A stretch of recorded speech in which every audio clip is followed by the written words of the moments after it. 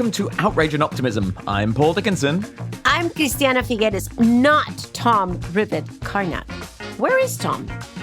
We don't really know. It's a table for two. Christiana, this is the beginning of our fantastic new series on the future of food, launched on the day of the UN Food Systems Summit at the UN General Assembly with fantastic guests who are experts, Dr. David Nabarro, Dr. Gunhild Stordalen, and Professor Johan Rockström. So thanks for being here.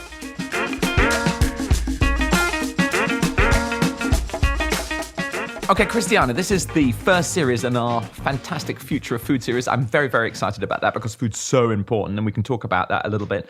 But it is being launched this week at the UN General Assembly, which is very significant on climate change, I believe. Can you give listeners a little bit of an indication about your take on what's going on right now? Well, yes, but should we say something about the fact that Tom is not here? Because we can't just give him a free pass just like that. I agree. Clay has been thinking about giving us like a score for each time we come up with an appropriate food metaphor. I think, Tom has drawn the short carrot. He's not here for this delightful snack. I believe he's missing out because he's attending to his... this is such rubbish. No. It's good. That's good. Keep going. It's good. Let me try again. Yeah. Okay. So you've got 2 points so far. So he's attending to the little one that he's cooked up, Zoe. At it's her school. This evening, he's got to go and be a parent at the school meeting. And basically, he says that's more important than outrage and optimism. You can make your own decision about his taste. So that's why he's not here. I see.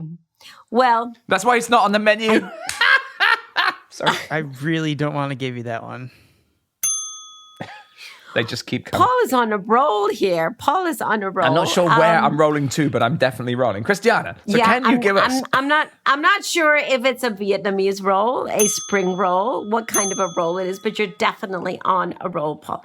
But the fact is that Tom has had the brazen initiative to excuse himself from this conversation today.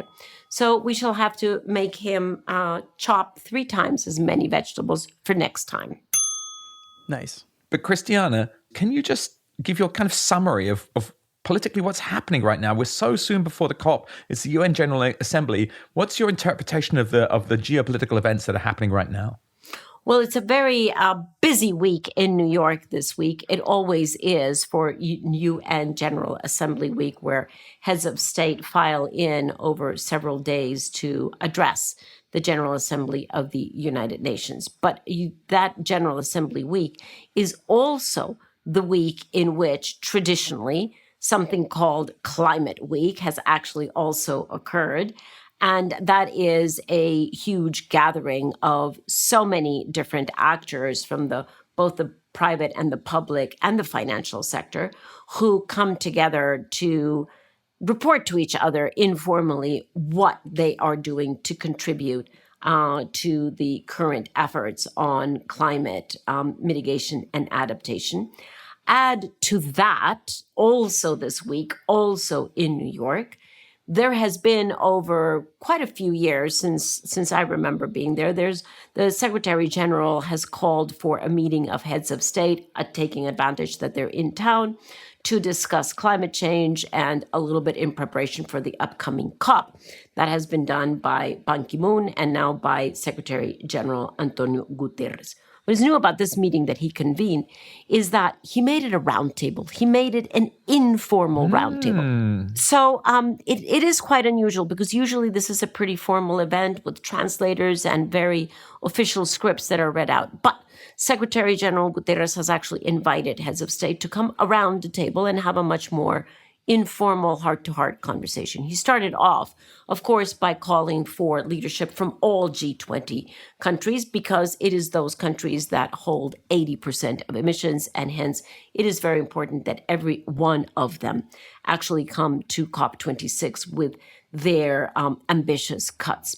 But it was then followed by a series of statements from heads of state, mostly from small nation states who are the most vulnerable, raising their voice of consciousness to remind the larger countries that they are responsible for those emissions and that the smaller countries are the ones that are most impacted.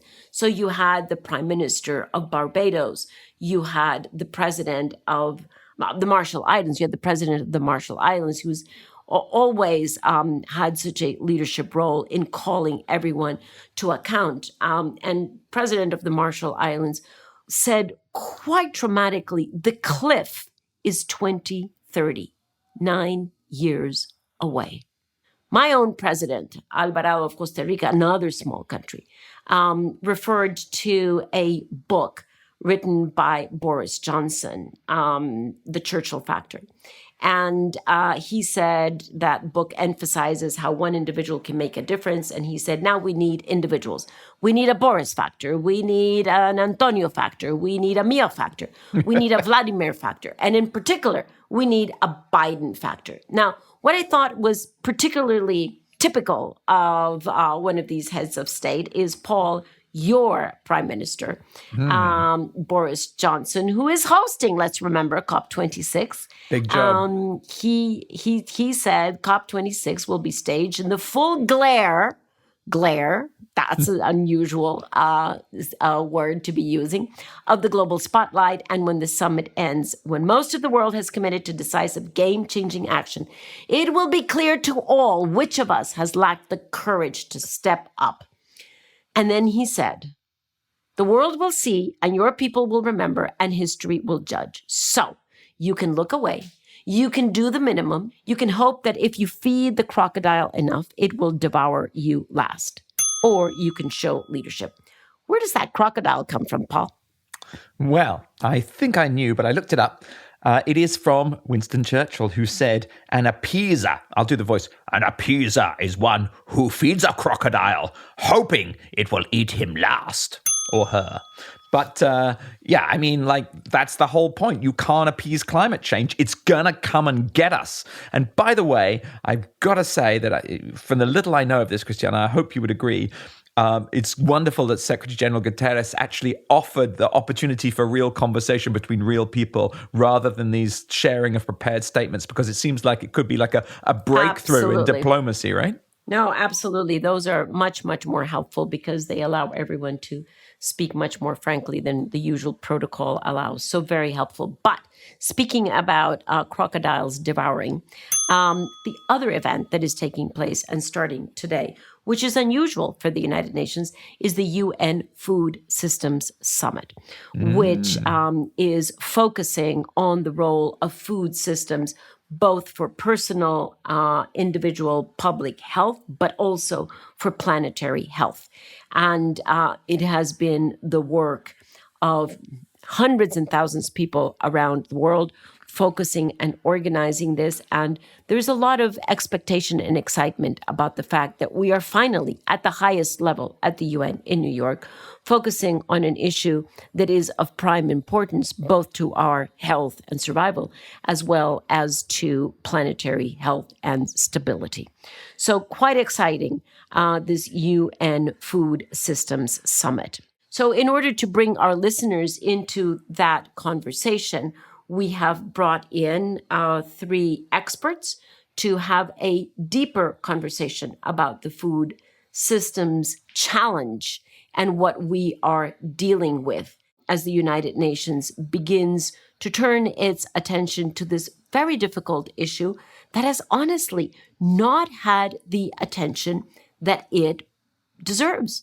Because frankly, Paul, how long can you survive without food? Christiana, food is absolutely vital. I eat it 100 times a day. I wish I ate it 3 times a day, which would be healthier for me. It is what we are, it's who we are. But what I think is incredibly exciting, last week we were talking about rewilding, and I said everyone I knew that had any kind of land was rewilding it, and it was something that people could do. But I've also been reading fantastic comments from listeners, and everyone's talking about, like, what can you practically do? And food is at the absolute heart of what we can all practically do. It is the front line of climate change, where all 9 billion of us, or 7 billion, or however many it is on our beloved planet, are inexorably linked. And that's what's incredibly exciting. Now, there are also some simply crazy statistics to set us up. Like, for example, there is the almost unimaginable horror of hunger, on an epic scale, somewhere between 720 and 811 million people food insecure, 10% of the world population going to bed hungry each night, 265 million on the brink of starvation. These are unthinkably terrible things. And then the crazy reverse of it, nearly 2 billion people globally are now overweight or obese. One statistic, Mexico alone, 73% of the population. And if we carry on at current dietary habits, 45% of the world's population could be overweight by 2050. So food is absolutely vital, absolutely central to our very existence, and we're clearly getting it completely wrong, but we can get it right. Yeah, and what is, so evident and yet has been obscured for such a long time is the total overlap between healthy individual diet, personal diet, public health with respect to food habits, and planetary health. We continue to think that those two things are completely separate, but there is a complete overlap between those two, which means if we get it right for one, i.e., if we get it right for us as individuals, we get it right for the planet, because the right agricultural practices, the right food consumption patterns would actually cut off quite a sizable number of emissions that are going up in the air unnecessarily. So again, we've spoken so much on this podcast about interlinking the different challenges. And this is not just interlinked. This is one and the same. Yeah, no, I couldn't agree with you more. And, I tend to think in terms of 5 massive revolutions: renewable energy, electric vehicles, energy efficiency, dematerialization, and food. And food's the one that we're all very intimately involved with. I was just checking back in the catalog, actually. Episode 25 of Outrage and Optimism, back in October 2019, we had Ethan Brown on, the chief executive of Beyond Meat. And he was talking about up to 90% of land being liberated if we can move from, meat-based diets to plant-based diets. And that's incredibly exciting. This new kind of food science, which is linked to all these other issues like health, like animal suffering. One of my trustees has actually been supporting things like the Yale University Law School's initiative on ethics and animals. Like, can we really, legally carry on treating animals in the barbaric way we do? So just so many issues combining. But as you said, Christiana, at the center of it is the health of us as people and the health of our planet, our biosphere. So shall we go to our experts? We have quite a collection here of experts who have been devoting much of their life to precisely this overlap between diets, food systems, health, and climate. Okay, so let's talk about that. The 3 people who are joining us are, first of all, Dr. David Nabarro, who has a number of key roles. He's co-director of Imperial College of London, Institute of Global Health and Innovation, and also Special Envoy of the World Health Organization and Director General for COVID-19. We also have Dr. Gunhild Stordalen, who's founder and executive chair of EAT, a non-profit founded by the Stordalen Foundation, Stockholm Resilience Center, and the Wellcome Trust to catalyze food system transformation. And we have Professor Johan Rockström, director of the Potsdam Institute of Climate Impact Research. So a fantastic lineup of real experts. We will start off with a conversation that we actually had previously with Johan Rockström from the Stockholm Resilience Center, who way back when we had interviewed him had also already referred to the challenge of the transformation in the food systems. So enjoy the interviews. We'll look forward to speaking to you on the other side.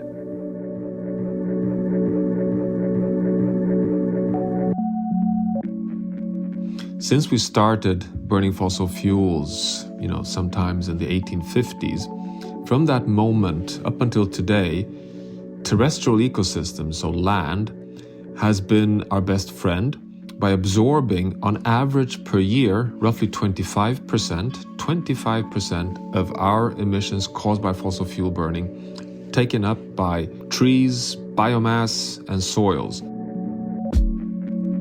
That is the voice of Johan Rockström, a friend of this podcast and one of the most respected voices in climate science. Johan talked to us a few months ago, highlighting the fact that we are forcing ourselves past nature's tipping points, as he calls them in his planetary boundaries theory. Johan is extremely clear that when it comes to agriculture, we have immense possibilities for tackling climate change. But this will require a more revolutionary way of thinking about how we use land and how we feed a growing global population.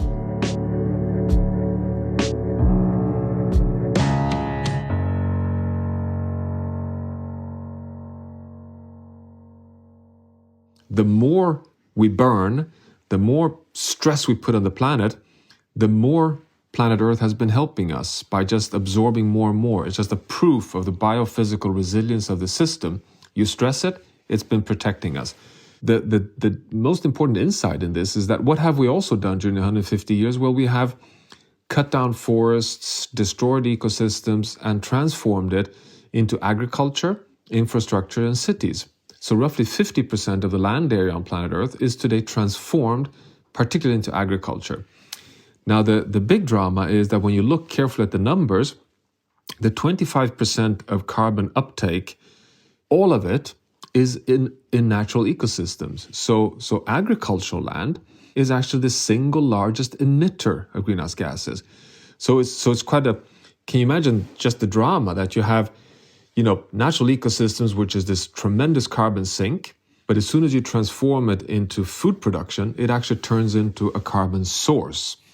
So agriculture is today roughly, causing up to 24-25% of global emissions. That includes both deforestation and the production of food. Just plowing soils means that organic matter in the root zone gets more exposed to the sun and to the atmosphere and burns off and releases carbon dioxide. So, we have to recognize that food is the single largest cause, single largest economic sector behind emission of greenhouse gases. But not only that, food production is the prime cause why we're losing biodiversity, while we are cutting down trees, while we are consuming fresh water. 70% of the consumption of fresh water by us humans is for irrigation in food production. Food production is the biggest cause why we are emitting nitrous oxide from our overuse of fertilizers. So, to put it very simple, food is the number one single culprit behind transgressing planetary boundaries and putting the planet at risk, which means that food can also be the single largest solution to our future, together with, phasing out fossil fuels. So there is this urgency point of decarbonizing the energy system, but also transforming the global food system. But as things stand today, food is a prime cause behind both climate change and undermining the life support systems in natural ecosystems. So, but the good news is that this little summary to you is also showing how much knowledge we have here. We have a good handle on both the causes, but also, and we can come into that, many of the solutions that are out there to turn agriculture from being an emitter to becoming a part of the solution.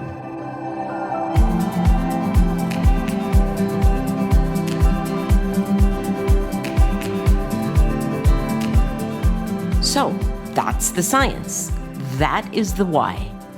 The next voices you'll hear are experts, Dr. David Nabarro and Dr. Gunhild Stordalen, both medical doctors dedicated to a comprehensive food system revolution. They're going to talk a bit more about how this could come about. Let's just start with one key fact. The world is producing more food for human consumption than ever before. That is the voice of David Nabarro. He has over 40 years of experience in public health as a community-based practitioner, educator, public servant, director, and international diplomat. He holds a number of key positions: co-director of the Imperial College of London Institute of Global Health Innovation, senior advisor to the Food Systems Summit Dialogue, strategic director of 4SD Switzerland, and special envoy of WHO Director General for COVID-19. Give me a minute to catch my breath after all that. David has a unique insight into the intersectional nature of our global food system and its impact on areas of health, poverty, human rights, and climate change. Here, he lays out the issues and talks about his involvement in the dialogues across the globe that led to the UN Food Systems Summit taking place right now as part of the UN General Assembly.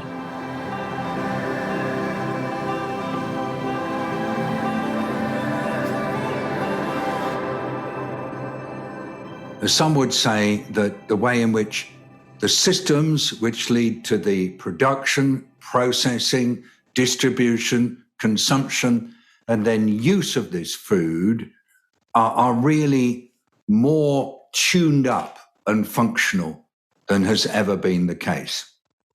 And so why on earth is there some suggestion that it needs attention now?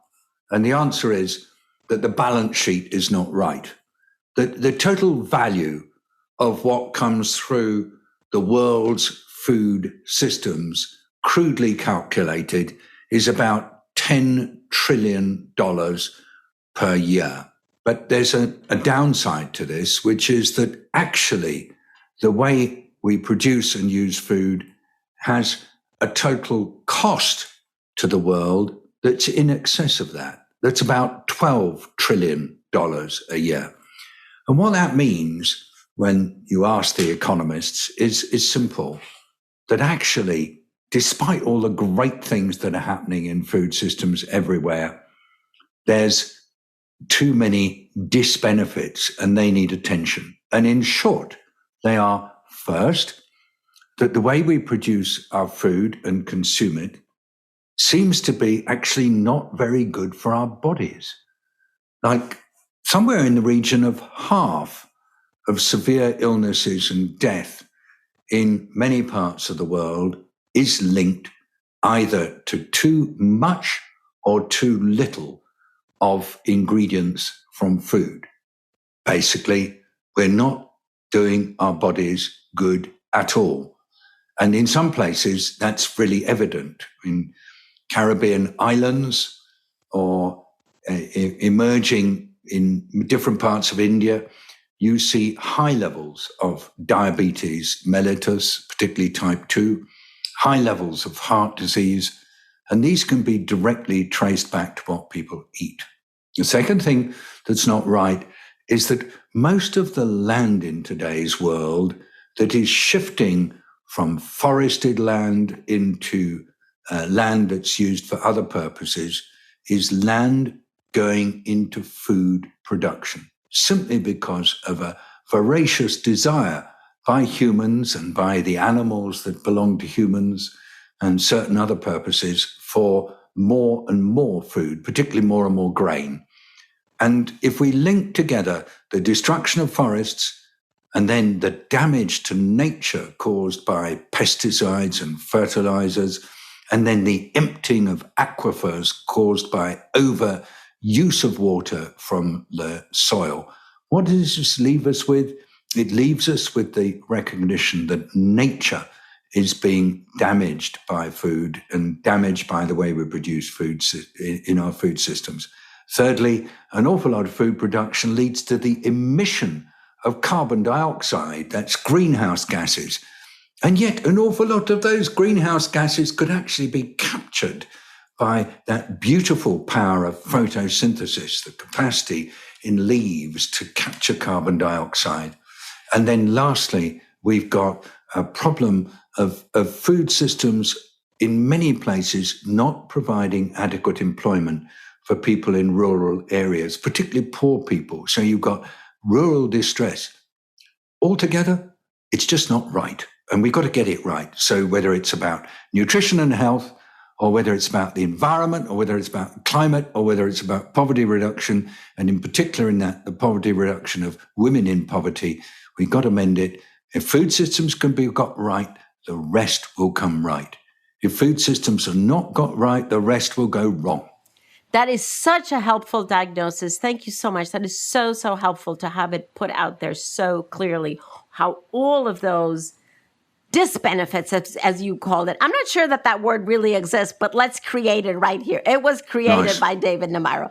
How many about those disbenefits we're actually engaging in? So let's turn the tables around. Can you also give us, in as beautiful a nutshell, what do we have to do to transform our food systems? First of all, what is food? Answer, it's what connects me to you or to anybody else around here if we're together. We give food to each other. Food is at the heart of relationships between people.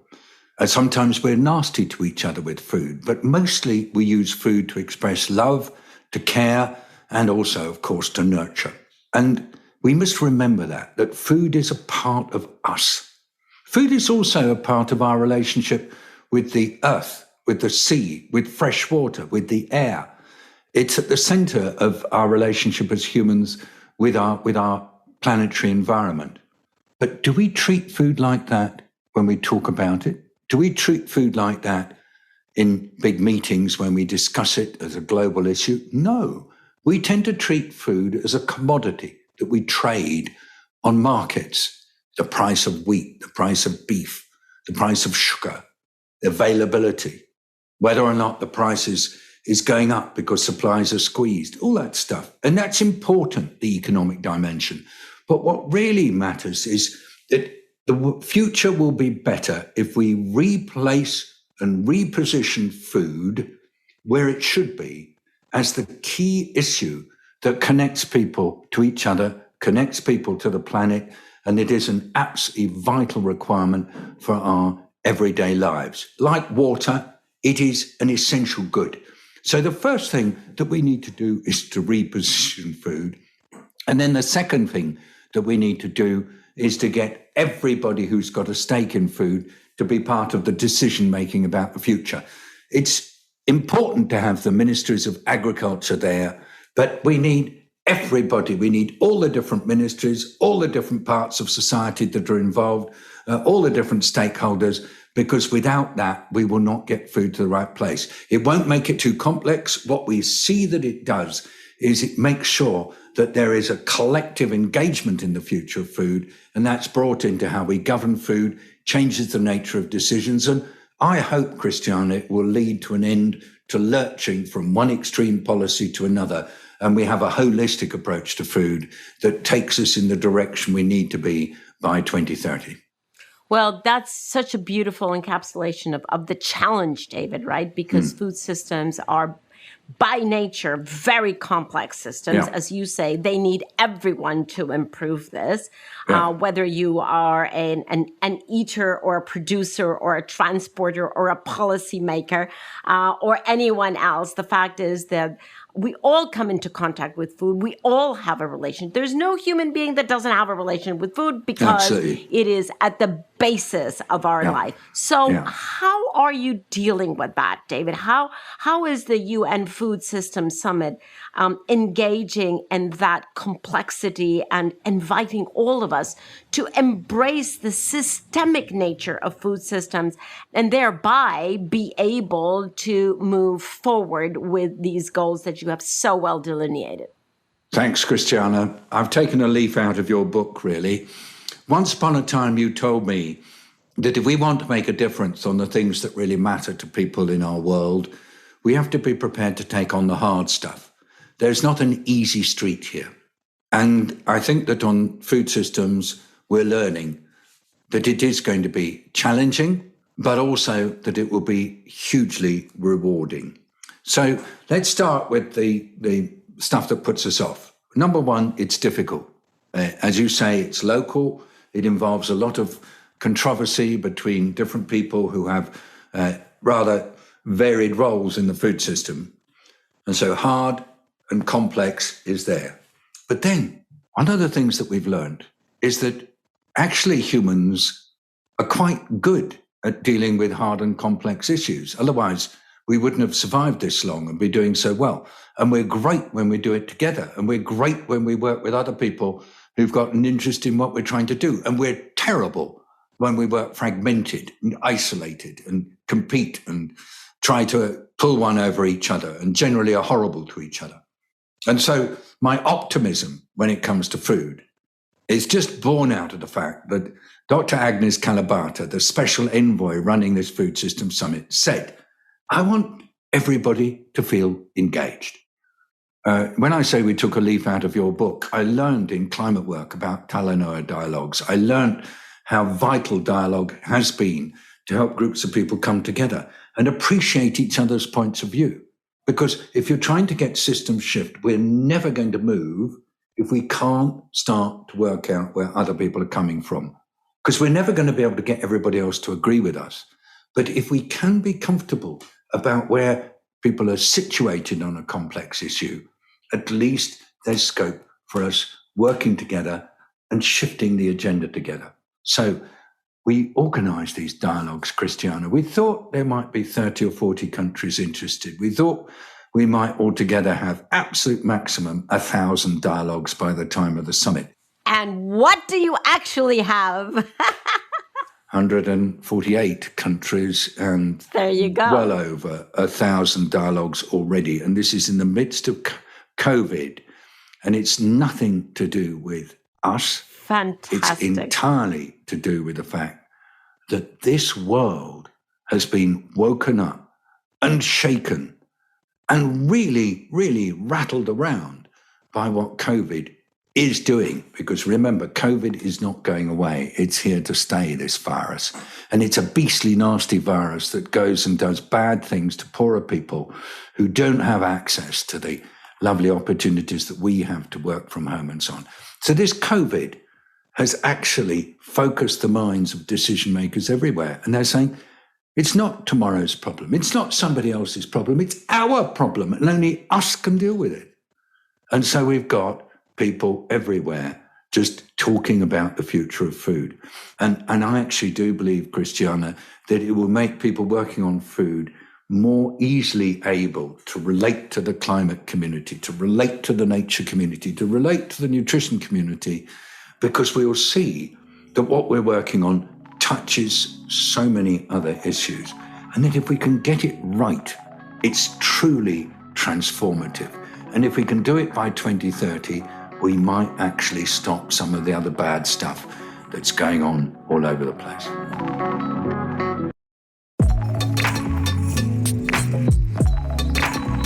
Thank you so much, Christiana. Fantastic to see you again. And I'm thrilled to be on the podcast, seeing you over Zoom and talking about such critical topics. You're listening to Dr. Gunhild Stordalen, a driving force linking climate, health, and sustainability issues across sectors to transform the global food system. She's the founder and executive chair of EAT, a nonprofit aiming to catalyze a science-based food system transformation. In 2019, she was awarded with the UN Foundation Global Leadership Award for her groundbreaking work in helping shape the transformation of the global food system for people and planet. And in 2020, she was appointed to a leading role at the UN Food Systems Summit 2021. Not a bad resume, and an exceptional woman whom I have long respected. To kick off this conversation, I asked her how her background as a medical doctor tied into her work on the food system and climate change. Well, I mean, health profession should really be about keeping people healthy, not only treating them once they are sick. So I think it makes a lot of sense, and more doctors should really be involved in public health and the bigger picture, and also focus much more on all the things we can prevent by addressing root causes. And my favorite saying, or my favorite quote by Einstein is actually, intellectuals solve problems, geniuses prevent them. And we need more doctors to be thinking like geniuses, and also about how we can make people stay outside the hospital, outside the outpatient clinics. And food is the number one driver of ill health and premature mortality. So it makes so much sense for doctors to really step up on food from a health perspective, but also because food is the biggest driver of climate change and environmental degradation that we will talk more about. And obviously there is no health on a dead planet. So more doctors, more health professionals, please get involved and work with us for better health of people and planets. So Gunhild, if food, the right food, is actually at the basis of our health and premature death prevention, and if food systems are also at the basis of climate, why do you think that it has taken so long, not for you, because you have been at this for years through the EAT Forum, but why in the public sphere, why has it taken so long to grab the necessary and the justified and the urgent attention that should be placed to this very nexus of food systems, climate, and public health? Well, that is a great question, Christiana, and well, we first and foremost, we are not trained as systems thinkers. We have tended to approach so many issues in silos, and we have really failed to connect the dots and see the big picture of food. We, at the policy level, food has been basically owned by ministries and departments of agriculture. It has been reduced to a question about increasing production and maximizing outputs of cheap calories, how to support farmers, etc. And what happens at the consumption end, that has really been left to market forces. And when it comes to other sectors, it's the same. Take the food industry. I mean, it's a famous saying that people are fed by the food industry, which pays no attention to health, and are treated by the health industry, which pays no attention to food.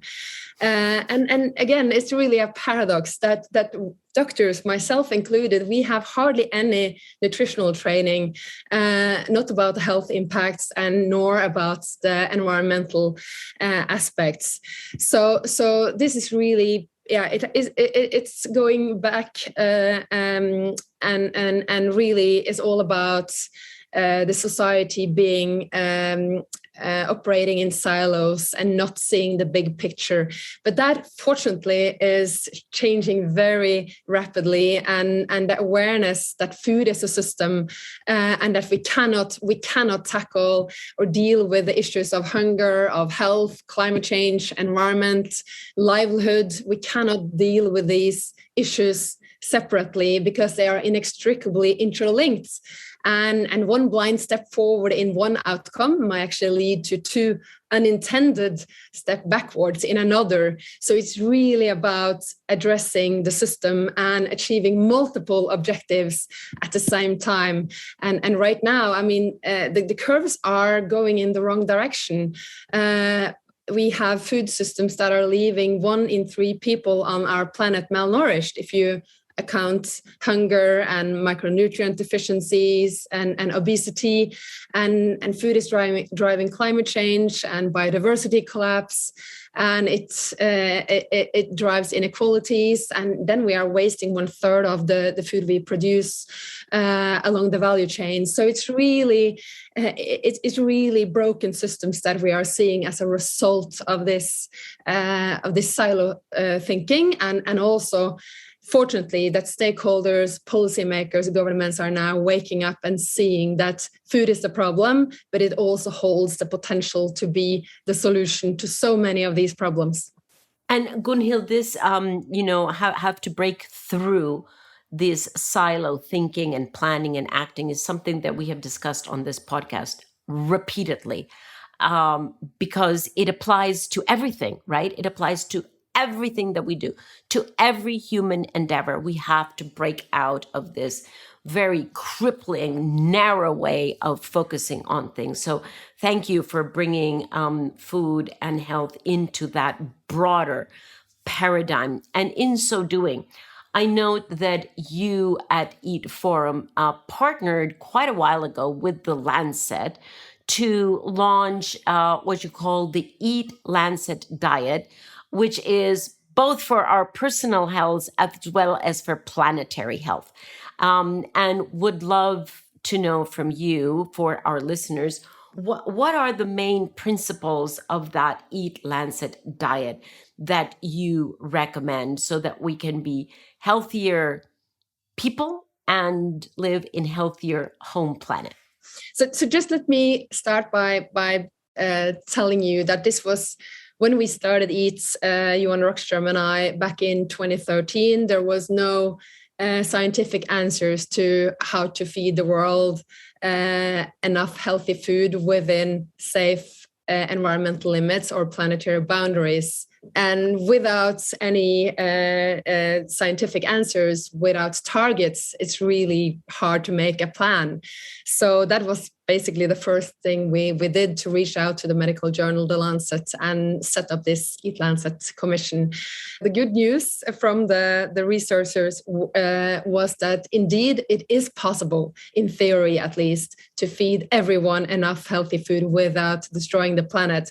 But it will require a radical transformation of food systems everywhere. We need to shift the way we produce food to much more regenerative, sustainable food systems that works with nature rather than against it. We need to at least half food waste and food loss. And last but not least, we need to shift to healthy, much more plant-rich diets.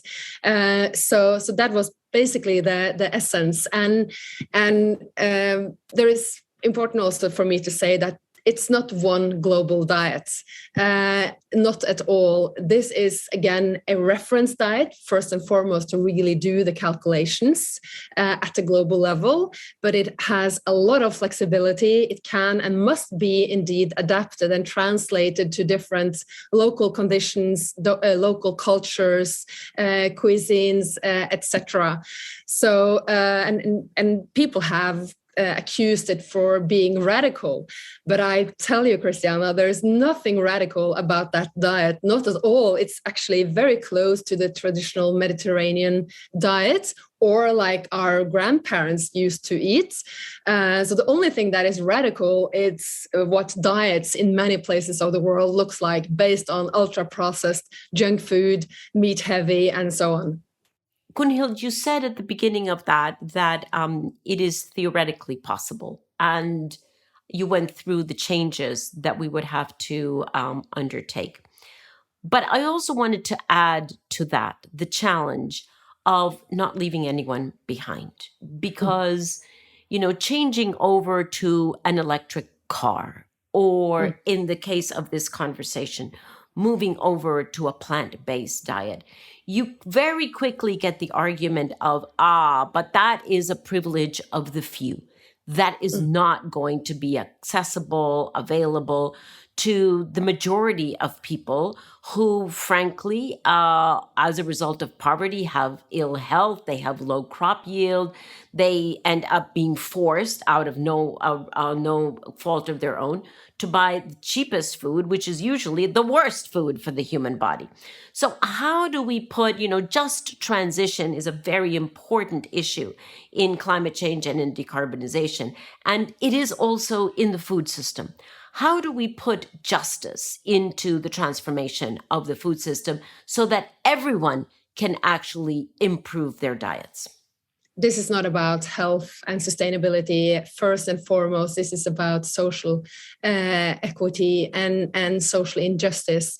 And there's no transformation, as you are saying, Christiana, unless that transformation works for the poor. And again, this is fundamentally about justice. It's fundamentally about human rights. And the situation today is that 3 billion people cannot afford a healthy diet. So the goal is to make it available and affordable and also attractive for people everywhere. And then we are over to the economics of food, because there is nothing inherently more expensive about healthy foods than unhealthy foods. And the prices of food today is basically a result of the political economy, all the policy failures, of course, also a result of the aggressive marketing of unhealthy and sustainable food. But what is really needed is for governments to put in place economic and other policies based on the true value of food. Because today's prices are ignoring, or they do not account for, the full positive and negative consequences of different food choices. And the results are predictable. I mean, we have food systems that are failing on health, on climate, environment, and on social injustice. So we really need coherent, holistic policies that are aligned and actually working towards multiple goals, from agricultural subsidies through public procurements, then all support dietary guidelines that are integrated and includes environmental climate aspects. And it needs to be supporting multiple objectives, including livelihoods.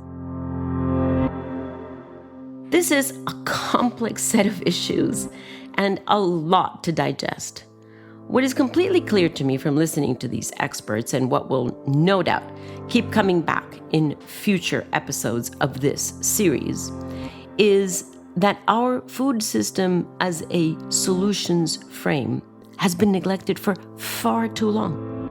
We simply have to see agriculture as an inextricable part of the problem and utterly critical to the solutions we need now. It is a topic that feeds our outrage, but can it also feed the stubbornly optimistic, can-do determination we will need in the next 9 years?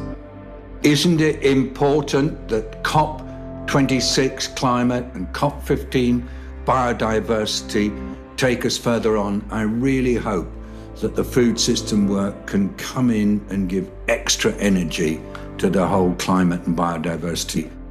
I would say that is a little bit like crashing a wedding, but doing it in such a way that the newlyweds and guests actually find it's a welcome change for the better after the initial shock. And obviously that is an art. But I would say that we are impatient optimists. But I have to show you, as the final closing statement here, I actually took a new tattoo here the other day saying SDG 18, stop the bullshit, in French, to be a bit discreet. But it's really to roll up our sleeves, work together, because if we get it right on food, it can be the most powerful medicine, the most powerful preventative medicine to improve the health of people and planets. And we have the knowledge, we have the science, we have the solutions. The world understands that food is a system, and we can turn it from problem to solution if we decide to do so. So stop the bullshit. Let's get to work. Stop the bullshit. I think we have the title of this episode. Yes, let's do it. Let's do it.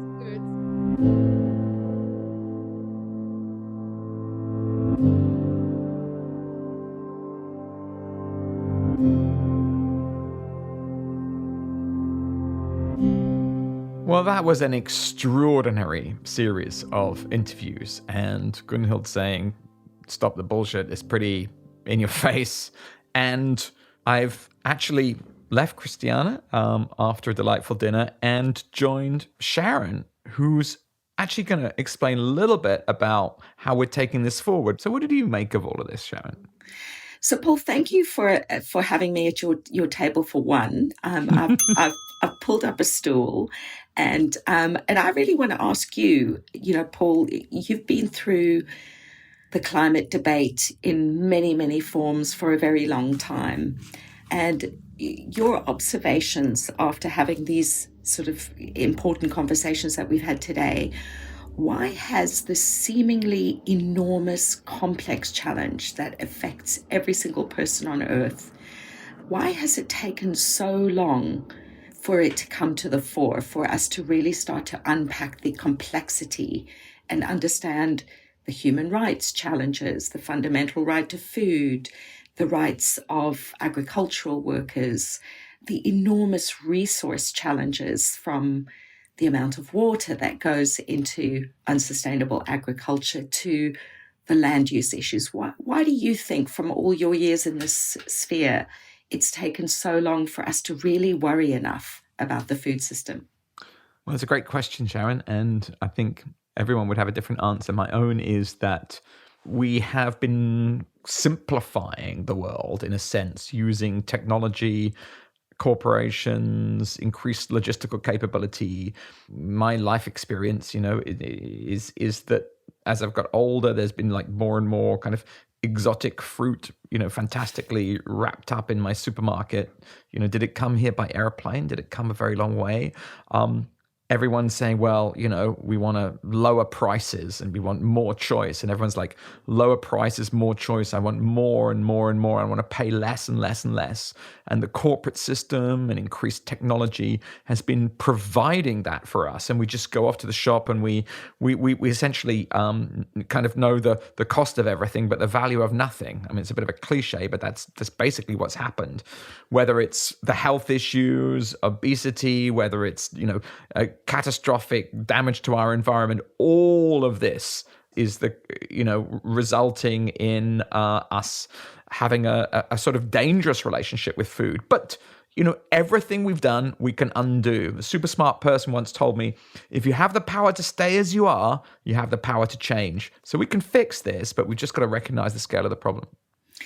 And speaking of the scale of the problem, one of the things that we've come to the conclusion on here in the production team at Outrage and Optimism is that this is a time for a revolution. There is no more time for incremental change. If we're going to feed 9 billion people before the middle of this century, we're going to have to change a lot of things pretty radically. What do you see as the opportunities coming out of this really, really difficult, quite existential challenge, both in terms of climate change, water security, hunger and poverty, and the security issues that causes? What do you think are the different circumstances that might come together now to help us radically rethink the way that we grow, produce, distribute, and share food? Are we going to step up to the plate? And whose job is it? Who's serving it? Okay. That was a baseball reference, but then you made it a food reference. So Play.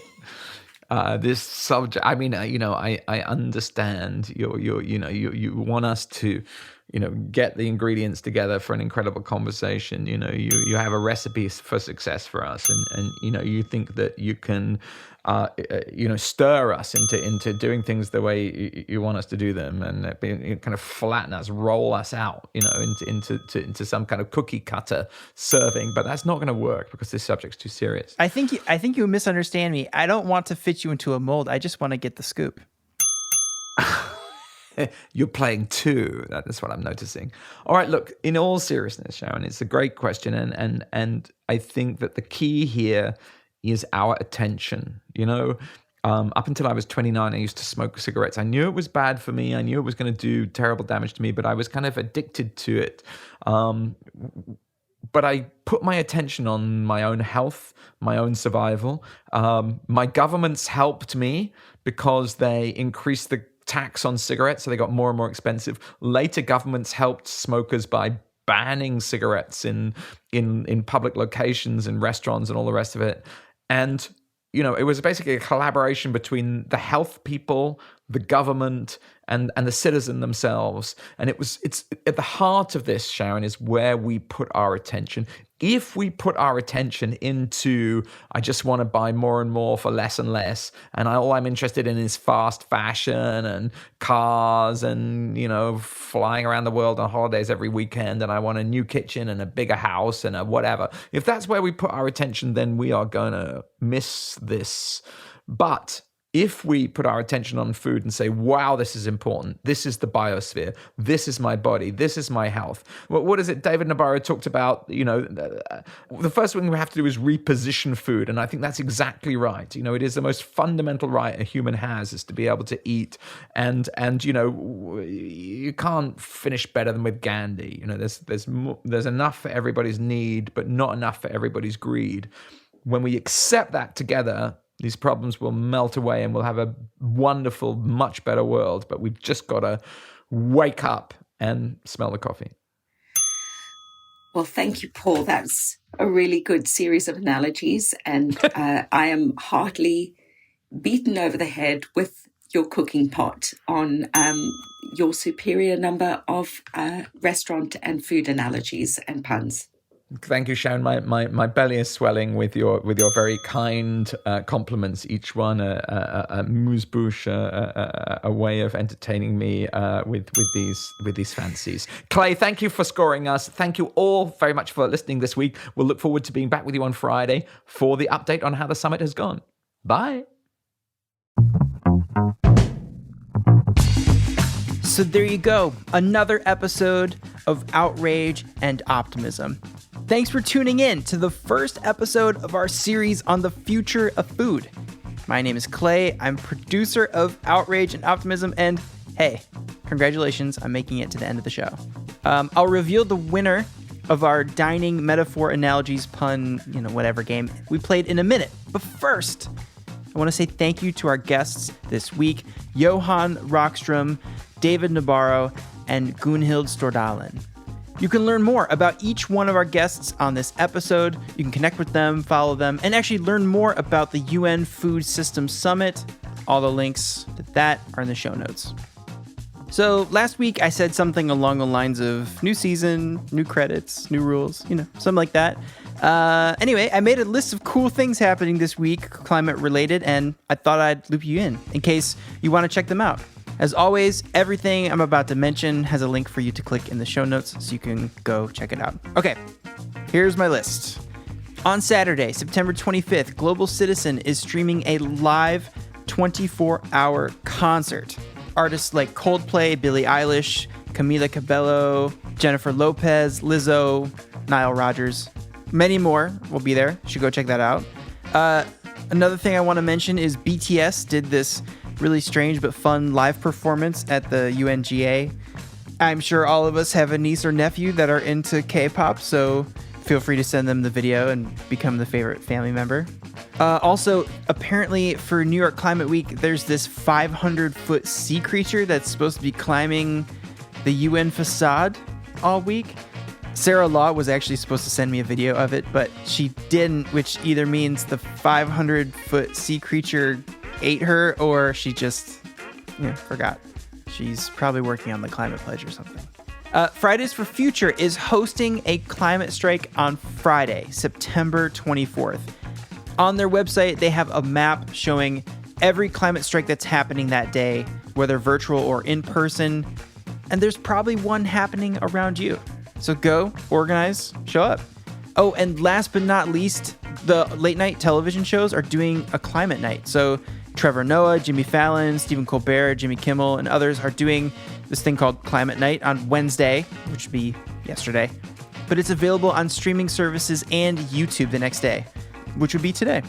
Apparently, each show will be dedicated to climate that night, which is really cool. And hey, listen, I love jokes, but I really hope the bands on the shows do something cool. So maybe Reggie Watts or The Roots will do something. If anything happens, I'll talk about it next week. Again, check the show notes for the links to everything I just mentioned. Go enjoy. All right, the moment we've all been waiting for. The scores are in. So let's announce our winners. And yes, I was keeping score. Games are fun. So, in fourth place, with a score of 2, me. Congratulations, me. In third place, with a grand total of 3, executive producer and special co-host on this episode, Sharon Johnson. Congratulations, Sharon. In second place, but certainly first in our hearts, Cristiana Figueres. Felicidades. Okay, cut the music. Turn the lights off. Here we go. Y numero uno, our first place winner, who, despite all efforts, could not be stopped.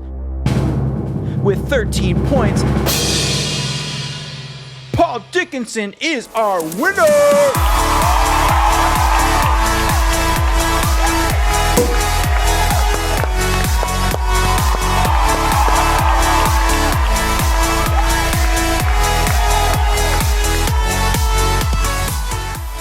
Congratulations, Paul. You win bragging rights on probably the next couple episodes before we play another game. Enjoy the win. And honorable mention, I didn't actually anticipate this, but both Boris Johnson and Winston Churchill scored a point somehow. Thank you, everybody, for playing. That's a wrap on this episode. Stay tuned for another episode around Friday for a follow-up on the UN Food Systems Summit with Dr. Agnes Kalibata. And next week, another episode. See you then.